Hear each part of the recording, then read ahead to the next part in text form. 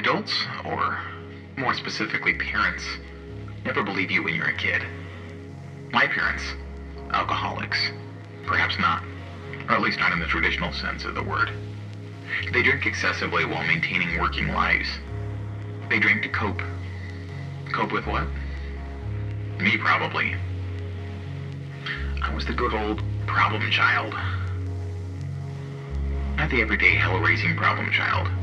Not the kid that throws firecrackers down the school toilet. No, not me. I was the reclusive weirdo problem child. The one with no social skills. And no friends. No, I did have friends. I had lots of friends. There was James, Mike, Phil, and Brad. And then there was also me. I was the most popular one in the group. I was the only one in the group, truth be told. Reclusive children will often go too far with their imaginary friend thing. Brad told me that. Brad was the smart one. My parents tried. They tried hard. They pushed me into awkward and social situations. They threw birthday parties for me and invited kids from school. None of it worked. I had friends. They'd have to learn to accept it. They wouldn't accept it. They wouldn't accept me. School was nothing more than isolation for me. The bullies, I was on their weird enough side of the spectrum that they didn't even come over near me. That was fine. Good. I didn't need them. I had my friends. You should understand that I knew I had no friends. I knew my companionship was in my own head. But when you live in your own head, for as long as I had, the lines between what's real and what's not can sometimes become blurred. I knew all of this and I was fine with it. Why couldn't everyone else be? Jack. Jack changed everything. Jack made no attempt to introduce himself using any kind of accepted norm. There was no greeting or pleasantry, no mutual exchange or glances leading us to converse. This extremely tall yet chubby kid with an extremely awkward limp and braces inserted himself into my life without so much as a warning. It was lunchtime. Though the eyes of every onlooker at the school, I was alone. I wasn't alone. I had my friends. Jack sat himself right now next to me and immediately started talking. I wasn't listening. I wasn't responding either. I was simply staring. In 4 years, no one had ever talked to me at this school. It was mutually beneficial arrangement between I and them. That status quo had just been shattered. Why? I didn't know then and I don't know now. I had no idea why this strange kid had decided that, on this day, he would befriend me. He talked. He talked and he talked and he talked. He didn't care that I wasn't responding. He took no notice of my awkward guarded stance, and before he left, he patted me on the shoulder and he said, "Hey man, sometime tomorrow?" Then he was gone. I looked around at the empty seats around me. No Brad, or James, no Mike or Phil. Had I just made a real friend?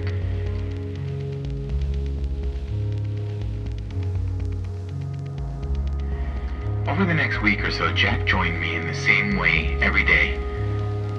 I began listening to him. I began hearing him. I became interested, and then I began speaking to him. It was wonderful. I had never interacted with another like this. He made me laugh. He made me think. He seemed to know everything about everything. He was my friend. I told my mom, I expected tears, joy, hugs. I expected years of pent-up frustration to be released in a sea of emotion. A normal son. That was the dream. That was what I was now. Was it not? Finally normal. My mom didn't respond. She didn't acknowledge me at all. My dad did, from behind his newspaper and behind the kitchen table. Oh, not another one. What's this one's name? They didn't believe me. Who could blame them? You spend years behaving in a certain way, and it will take more than just one act to change a perception. But I'd prove it. I'd show them. I'd give them the dream, a son that they could love without feeling ashamed. A son with friends and normal hobbies. I'd give them a son. My responses to Jack during our lunchtime meetings were limited. I didn't say much at all, to be honest. Jack said a lot. He loved to talk. He loved to tell me all about the adventures he had been on the previous day. His life seemed to be unrestricted. As he stood up to leave that day, the day before I had been shot down by my parents, he gave me his customary shoulder pat and said, "I'll see me tomorrow." Well, wait, Jack. Clumsy as always, he turned back toward me. Want to come to my place after school? Jack shuffled his feet, looked down, and then looked back up. Sure, man. See you then.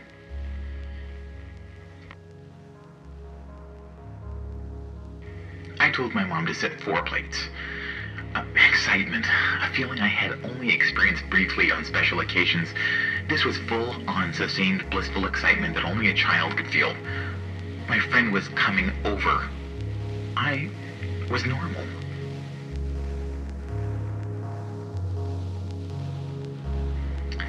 He didn't show. We sat eating dinner in relative silence.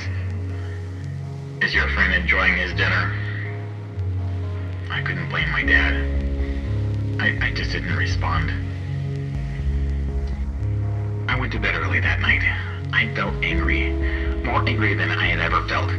I had tears in my eyes, and my fists were clenched so tightly my fingernails were cutting into my palms. Then I heard it. A small chirp tapping on the window, followed by a hushed, "Hey." It was Jack, standing in my yard, shuffling awkwardly from side to side. I opened the window. Sorry I didn't make it, man. I had some problems at home. Want to come out? It was late. Well, after dark. I had never been out after dark. Could I? Yes, Jack made me believe I could. It would be okay. I flung on my shoes and jacket, and we headed off into the night. I didn't say a lot, as always. Perhaps it was just from always sitting down where we had interacted, but I had never noticed just how big Jack really was until I was walking alongside him at night. He was at least a foot taller than I was, and he was a lot heavier. Jack suggested we go over to his place. His folks were already asleep, and he was saying we could go over and play video games. I had never played a video game, ever. The excitement had returned. It was short-lived. His house was horrible. Broken, dilapidated, and gray. The windows were smashed, and the doors were broken. The walls were crumbling, and inside was worse. No carpet or wall hangings, no furniture, and no light. And no Jack. No Jack. Where had he gone? He was right beside me. Fear began to build. This house was pitch black. It was darker than a house with no lights, and I had discovered why. It wasn't a house. It was the burnt-out remains of a house. How had I missed this? The smell of ancient burnt wood? Oh, where was Jack? I ran out of the house and back into the well-lit street. He was nowhere to be seen. He had left me, abandoned me. Twice in one night. My friend? When I got home, my mom and dad were in my room. They got a full view of me scrambling back into the window. "What in the hell do you think you're doing?" He was drunk. The words came out like pure venom. More growled than spoken. "I'm sorry, Dad. I was with my friend. I was with Jack." A look of absolute disgust flashed across his face. "Jack. So it's Jack this week. Who was it last week? Oh, that's right. Brad. Brad. Enough is enough. I thought you'd grow out of this, but I thought that's more than we could possibly expect out of you. I can't blame him for his sustained beatings he gave me. He had never lifted his hands to me before, but it somehow felt justified. I had ruined his life. I had ruined my mom's life. That is why I couldn't blame her for not stopping him. I felt no hatred or anger towards them. I felt a lot of hatred and anger towards Jack. Jack was supposed to be my big chance, my one-way ticket to a normal life. Jack had ruined everything. I wasn't sent to school for a week after that. Something about a renovation. The black eye and the cut lip was probably more likely cause. On the second night, I heard it again, the tap on my window. I didn't stop to think. I flung the window open and let it rip. I told Jack to leave me alone. I told him it was cruel that he had left me in the middle of that house. Left you? You left me. One minute you were heading for the house and the next you were gone. If you didn't show up for school, I was worried, man. That's bullcrap. He was in the front of me when we entered that house. They're lies. As I was trying to articulate the sentence to Jack from my window, my bedroom door burst open. My dad. I pulled my head back in the window and faced him. Who are you talking to, boy? And that was it. My chance. My salvation was standing in that backyard, feet away. Jack. I was talking to Jack. He stepped towards me menacingly. No, Dad. Please, just look. He stopped to contemplate the situation, then stepped past me and peered out the window. His loud, drawn-out sigh said it all. There was no one there, and I had to once again accept the consequence of Jack's betrayal, and with it, another week off school.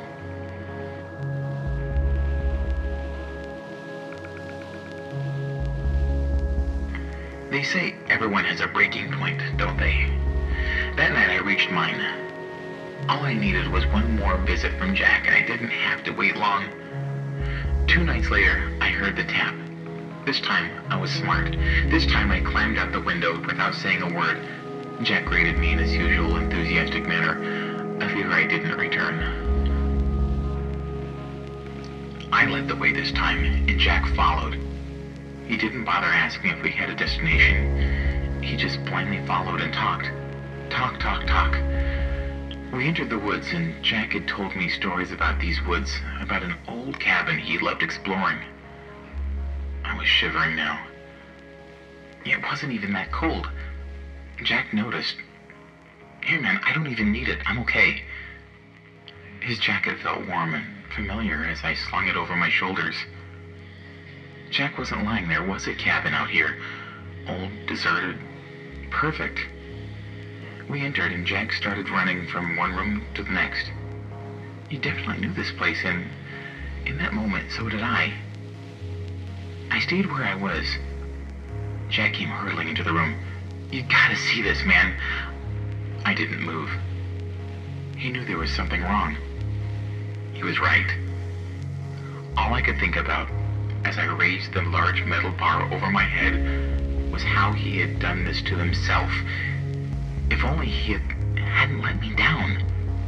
If only he had turned up. If only he had been my friend. My eyes were squeezed shut at the first blow made contact. I heard it, a sickening crack. I knew it was enough, but I continued to raise the pole and smash it down without ever looking. The complete silence in the room told me everything I needed to know. I dropped the pole and left the cabin. Left my friend. And as the moon lit up my surroundings and illuminated me in judgmental light, I couldn't help but smile. As I started to walk home, a realization hit me like a bolt from the blue. My dad had it right all along. Jack wasn't real. No one else had ever seen him. I had never seen him talking to anyone else or seen him in class. The night we had went to his house, he disappeared, and again when my dad looked out the window, it had all been in my head again. Just like Brad, James, Mike, and Phil. all figments of my warped little imagination. But the realization was liberating. For the first time, I was able to separate fact from fiction clearly. And for the first time, I felt free. And that was the first time I had ever felt like a normal kid. When I got home, my mom was standing in the kitchen. I didn't bother trying to sneak in the window.